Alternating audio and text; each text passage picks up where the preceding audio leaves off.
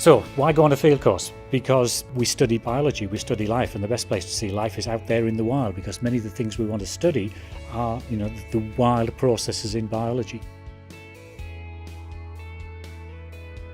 One of the favourite places that I went to on a field course was the Mediterranean. When we weren't collecting data or writing everything up, we just got to explore the local area. It was interesting to see how the ecosystem had all the different elements to it. So one team was looking at the presence of wild boar. We were looking at lizard thermoregulation, so we got to use thermoguns, which you point at the lizards and a laser measures their temperature.